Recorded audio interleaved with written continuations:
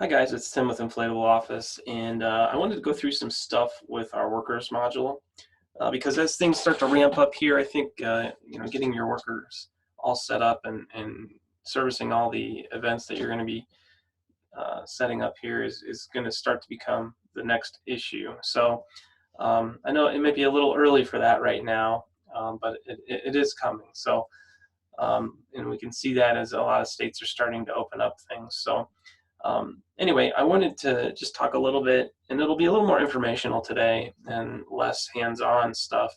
But workers were originally designed in our system to be a way for you to sign up laborers, and it was meant to be as a self-scheduling tool because the schedules are so irregular in this industry that you can't really give someone a set schedule or time that they're going to work. And so the idea was that you would put shifts up and let people kind of bid and not bid, but sign up for them and kind of fight over them a little bit, and have a big worker pool that you could draw on. And in many cases, maybe someone had another job and they were just picking up these on the side. And so that's kind of how it was set up. It's now actually used for a lot more than that. It's used for having people log into the back end of the system with their own login, tracking their what they're doing, and also setting up permissions for them so that they can only get to the things that you want them to get to, of course. It can also do things like commission and stuff. So let's take a look at one of these worker profiles real quick and show you some of those things. So you can see here that we have some general things that you can enter in here, general preferences for the worker. If you go a little further down here, we're going to look at the positions. So positions in our system, again, were meant for self-scheduling primarily. So you could set a position when you create a shift, and a shift for a lead or a shift for a route, you can set a position, and if the worker matches that position, they would be able to see that shift on the schedule as long as it's available to them. Now, if you assign them a position, if you assign them a shift, regardless of the position, they'll be able to see that because you've overridden that and kind of assigned it to them. So that's one of the good things for positions. The other thing that we use positions for is also our safety tests. So if you want to define different safety tests per position, then based on the position the worker holds, they would then have to take and complete and pass those safety tests to be able to do that position, or they wouldn't be able to sign up for it. So I'm going to go a little further down here and we'll look at permissions. So positions are primarily for your labor force, shifts that they're signing up for, and so forth. Now, permissions are primarily for your office staff. Now, not entirely, and I'll scroll down to the bottom to show you what I mean by that. So we have a lot of different permissions in our system that you can set, which makes it very flexible. But right down here, you'll see a transition from workers to worker site, and this is all alphabetical.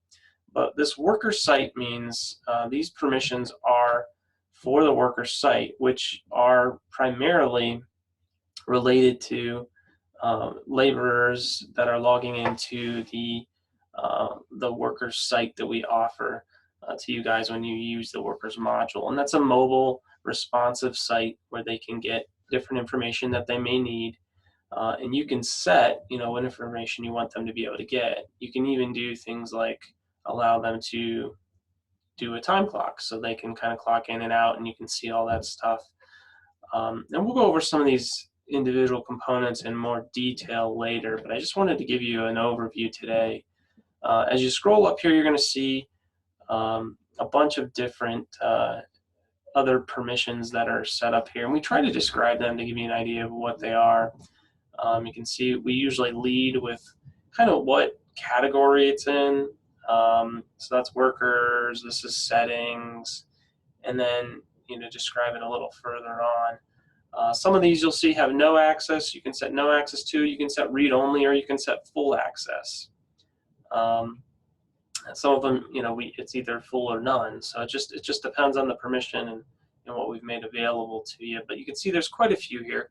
And some of the cool things that you can do with this is if you know that you're going to do the same permissions as someone else who has like a same position in the company, you can just search that person, click it, and it's going to fill all these in the same. So you don't have to deal with that. Now, if you're looking for a permission and you're just trying to find, you need to give someone access to something, and you can't figure out what permission it is, or I can't find it, you could search in here. And so if I searched pay, I could say, okay, now I can see all the permissions that have to do with paying, so I can make sure I have the right permissions. It doesn't delete any or hide any. It just helps bring them to the top so that you can see them easier. So anyway, that's kind of how the positions and permissions work in our worker system. And I'm going to be going through a lot more of the worker stuff in more detail as we continue on this week. One of the things that I want to cover as well is some of the workarounds that people do with workers. I know some people will use workers as kind of the vendor system to allow some of their performers or entertainers to do different things within the system. So I'll discuss that a little bit, and that'll also take us into some of our vendor tools that we have available to you. So anyway, I hope you guys enjoyed this, and we'll talk a lot more about it in the coming week. So thank you very much.